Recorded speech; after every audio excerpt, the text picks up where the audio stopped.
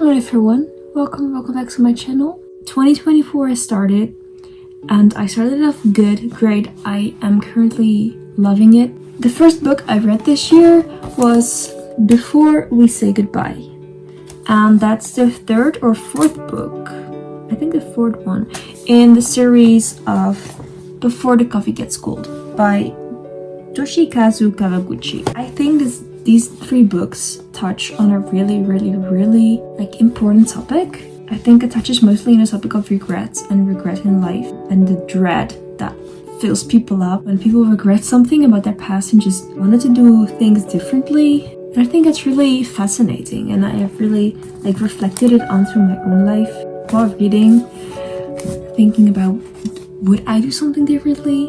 Or would I want to travel back in time to fix something I did in the past? Or would I just continue my life like this?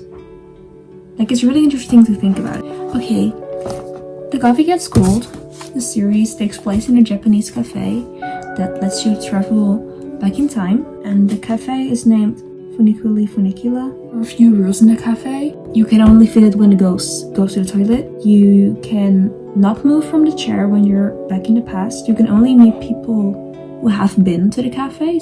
The time you have in the past is before the coffee gets cold, so you have to drink the coffee before it goes entirely cold. One of the biggest rules that really plays a big role in this book of the series, that's the rule that if you go to the past and tell your loved one something, the present doesn't change.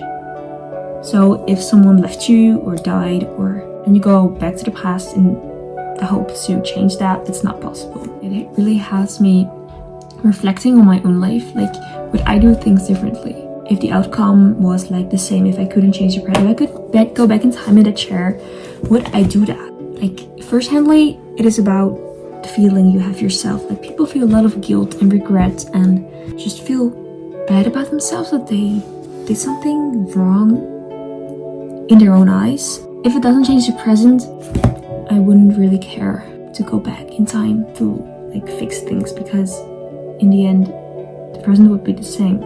Yeah, so I think people don't really travel back in time in that cafe to tell the loved ones that they missed them or that they want to see them again, but they really want to satisfy their needs of not feeling guilty for doing something wrong in the past or regretting something they've done in the past. I think it's all about life satisfaction, their own satisfaction. It's all about how they feel like. It's not about the people they visit in the past. It's mostly how they cope with the present situation. If they had done things differently in the past, they would cope differently right now with a situation as this. So it's more about the feeling you have about yourself. And I think that's really interesting to think about. So if you also want to read about these topics, about regret, about satisfaction, about time travel, these books are so good and just an easy read. I'm so glad this was the first book I read in 2024, because it just sets an intention for 2024 to make the best of it. Yeah, it basically made me realize I want to make the most of each year and not want to feel depressed or sad or guilty, regretful about anything that happened. Thank you for watching. I hope you like this, and I love to do these random rambles about books, about anything, so I will probably do more often in the future. Hope you liked it. Have a nice day. Bye bye.